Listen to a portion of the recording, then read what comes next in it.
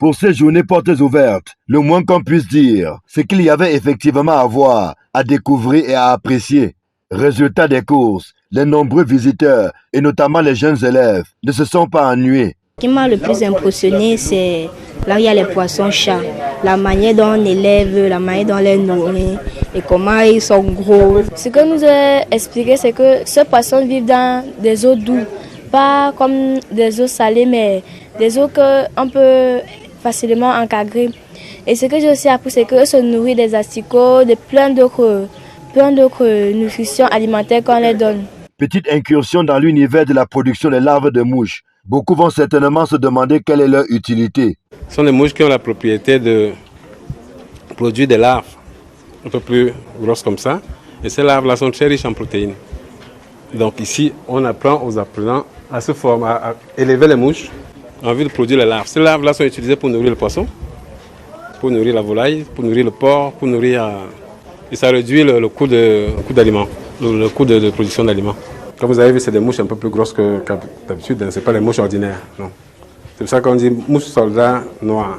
Les mouches consomment de l'eau seulement et les larves se développent en consommant les déchets. Que dire du recyclage des ordures ménagères? Véritable richesse pour ce complexe qui offre un cadre agréable et de nombreuses opportunités aux jeunes en quête d'une formation qualifiante et professionnelle. La particularité d'ici, c'est que les déchets produits, ici les lisières de porc, sont amenés dans un biodigesteur sur site pour produire du biogaz.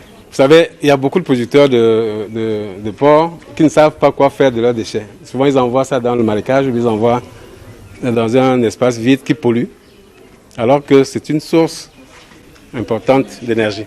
Lorsqu'on actionne ces vannes-là, le gaz quitte comme ça circule, ça passe dans nos canalisations. Ça arrive sur la première vanne, la vanne d'ouverture, pour alimenter le système du biogaz. Ici, là, nous avons la vanne d'extraction qui permet d'évacuer l'eau qui se retrouve dans le biogaz. C'est pour ça que notre gaz est en train de passer.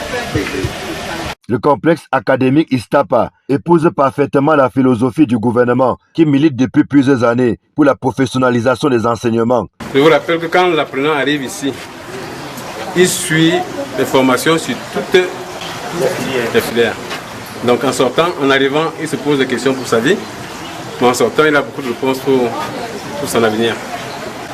Parce qu'il peut choisir d'une des spéculations qu'il peut développer pour gagner sa vie. Quelle que soit la filière choisie, l'apprenant est suffisamment outillé pour se mettre à son propre compte une fois sa formation terminée ou alors s'insérer aisément dans la vie socio-professionnelle, peu importe les défis qui vont se présenter à lui. Il se forme en élevage, en pisciculture, en agriculture, sur plusieurs spéculations. Et chaque spéculation sur laquelle les enfants sont formés, il y a un atelier dédié. Autant le dire, le complexe Istapa est une référence dans la ville universitaire de Soa, aux populations de saisir au bon la perche qui leur est ainsi tendue pour faire carrière dans le monde agro-pastoral ainsi que les énergies renouvelables, pour ne citer que ses principaux débouchés.